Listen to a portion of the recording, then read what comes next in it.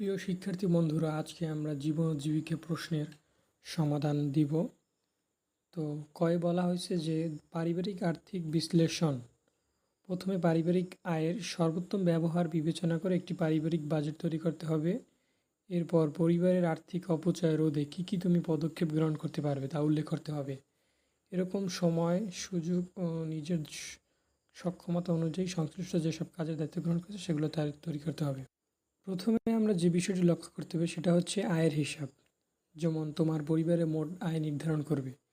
এটি হতে পারে তোমার বেতন, ব্যবসায়ের আয়, যেমন ভাড়া থেকে প্রাপ্তি আয়, যেমন যেমন বেতন 60,000 টাকা, ব্যবসা 40,000 টাকা, ভাড়া থেকে তোমার আয় 10,000 টাকা। যেমন মোট মাসিক আয় হচ্ছে 1,01,000 টাকা। তো বাজেট কী কী, যেমন ভাড়া 1,000, মুদি ভাড়া 5,000, বিদ্যুৎ বিল 5,000, পানি বিল 5,000, ইন্টারনেট ফোন বিল 1,000, পরিবহন খরচ 1,000, স্বাস্থ্যসেবা 2,000, শিক্ষা 5,000, জরুরি তহবিল 5,000, খাওয়া দাওয়া আছে 5,000।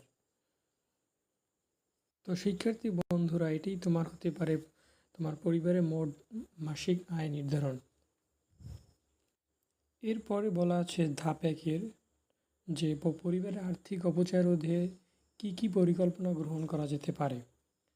তো আর্থিক অপচয় রোধে যে গ্রহণ করা যেতে পারে তা হলো আমার পড়াশোনার ব্যয় কমানো, মনোযোগ সহকারে লেখাপড়া করবো যাতে বিনা বেতনে পড়ার সুযোগ সৃষ্টি হয়, প্রাইভেট টিউটর, কোচিং বা এর প্রয়োজন যাতে না হয়, যাতায়াত, যেমন স্বল্প দূরত্বে যাতায়াতের সময় হেঁটে যাব তাহলে কিছুটা সাশ্রয় হবে।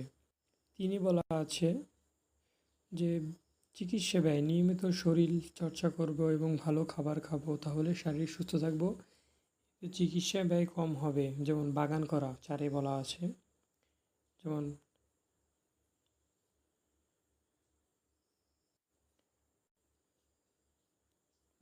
বাগান করব যাতে সবজি চাহিদা পূরণ হয়, এতে সবজি কিনতে হবে না। 5-এ বলা আছে ব্যবসায় ছোটোখাটো কাজ, যেমন ছোটোখাটো কাজ নিজেই সেরে ফেলবো যাতে এতে মিস্ত্রি খরচ কম হয়।